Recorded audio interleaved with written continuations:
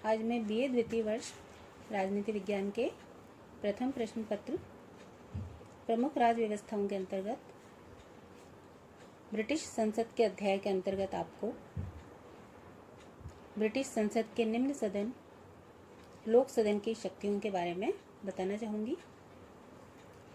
Britain में संसद की प्रभुसत्ता की बात कही जाती है और वर्तमान समय में संसद की प्रभुसत्ता से आशय लोक सदन की प्रभुसत्ता से ही होता है।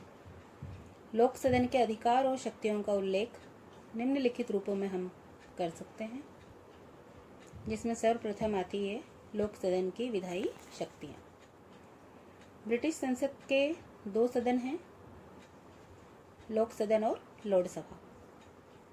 संसद की प्रभुसत्ता की धारणा के अनुसार ब्रिटिश संसद किसी भी कानून का निर्माण कर सकती है, उसे रद्द कर सकती है या संशोधित कर सकती है।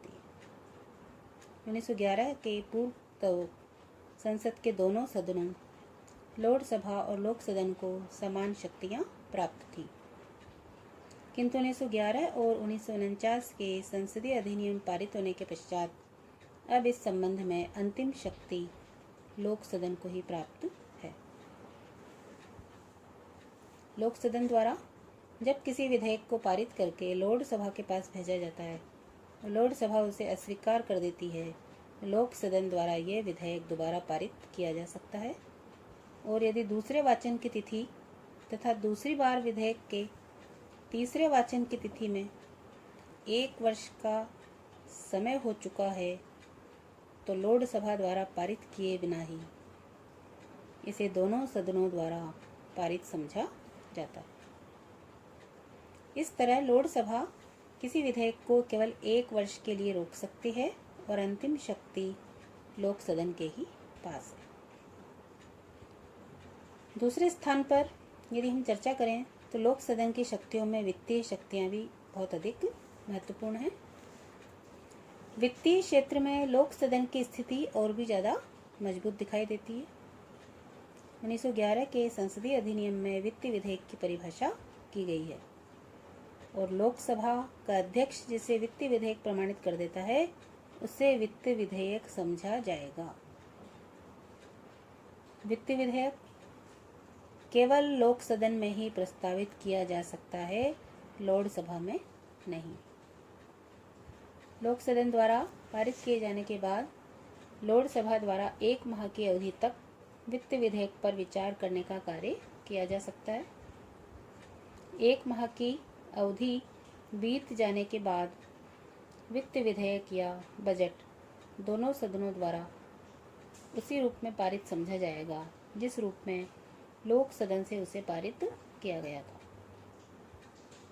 चाहे लॉर्ड सभा उसे अस्वीकार करे या उसमें कोई संशोधन प्रस्तावित करे। इस प्रकार वित्तीय क्षेत्र में लॉर्ड सभा की स्थिति बहुत ही अधिक निर्बल है और लोक सदन को इस संबंध में पूर्ण नियंत्रण प्राप्त होता है। अगली जो शक्तियाँ आती है लोक सदन की, वो हैं इसकी कार्यपालिका शक्तियाँ। ब्रिटेन में संसदीय प्रजातंत्र है और ब्रिटिश कार्यपालिका पर पूर्ण नियंत्रण लोक सदन का है, लॉर्ड सभा का नहीं। कार्यपालिका अर्थात मंत्रिपरिषद लोक सदन के प्रति पूर्ण रूप से उत्तरदायी होती है। लोक सदन के सदस्य मंत्रियों से प्रश्न तथा पूरक प्रश्न पूछ सकते हैं। वे उनके विरुद्ध काम रोको प्रस्ताव तथा निंदा प्रस्ताव पारित कर सकते हैं और इन सबके अतिरिक्त अविश्वास प्रस्ताव पारित करके मंत्रिमंडल को हटाया जा सकता है। लॉर्ड सभा के सदस्य मंत्रिमंडल से प्रश्न तथा पूरक प्रश्न पूछ सकते हैं, किंतु अविश्वास प्रस्ताव पारित करके मंत्रिमंडल को नहीं हटा सकते। यह कार्य केवल लोक सदन के द्वारा ही किया जा सकता है। अब हम चर्चा करेंगे कि लोक सदन की जो स्थिति है उसका किस प्रकार से मूल्यांकन किया जाए और उसके वास्तविक कार्य या भूमिका की कसौटी पर लोक सदन कैसे खरा उतर सकता है।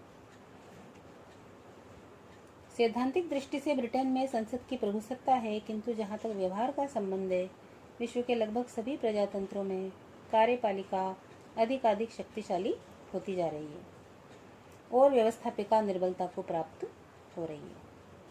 ब्रिटेन में भी वास्तविक स्थिति ऐसी है।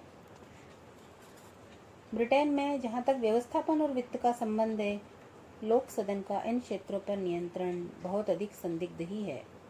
वस्तुस्थिति यह होती है कि कैबिनेट अपने बहुमत के बल पर लोक सदन के समर्थन तथा सहयोग से कानूनों का निर्माण करती है तथा वित्त का प्रबंधन करती है। लोक सदन का यह समर्थन तथा सहयोग अधिकतर सदस्यों के विश्वास के आधार पर नहीं, वरन कैबिनेट के द्वारा अपने दल के सदस्यों पर दबाव का प्रयोग करके किया जाता है।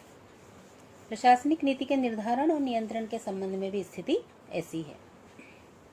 वर्तमान समय में लोक सदन को व्यवस्थापन, वित्त और प्रशासनिक नीति के निर्माण में अंतिम स्थिति प्राप्त नहीं है। इससे निष्कर्ष नहीं निकाला जाना चाहिए कि शासन व्यवस्था के समस्त चक्र में लोक सदन महत्वपूर्ण भूमिका अदा नहीं करता। आज की स्थिति में लोक सदन द्वारा किए जाने वाले महत्वपूर्ण कार्यों का अध्ययन हम निम्नलिखित बिंदुओं के अंतर्गत कर सकते हैं। इसमें सर्वप्रथम है कि शासन को मर्यादित रखकर लोकतंत्र की रक्षा करना। दूसरा, जनता को राजनीतिक शिक्षा प्रदान करना। तीसरा, कुशल राजनीतिज्ञों का चयन। इस प्रकार से लोक सदन अपने आप में एक महत्वपूर्ण सदन है और इसने अपनी महत्ता समय समय पर सिद्ध भी की है। इसीलिए न्यूमैन ने इस संबंध में भी कहा था कि संयुक्त राज्य अमेरिका में राजनीतिक नेतृत्व प्राप्त करने के लिए अपने मार्ग हैं, परंतु ब्रिटेन में एक ही मार्ग है, लोक सदन। तो हम कह सकते हैं कि ब्रिटिश संसद के निम्न सदन लोक सदन की महत्ता अपने आप में ही स्वयं सिद्ध है। धन्यवाद।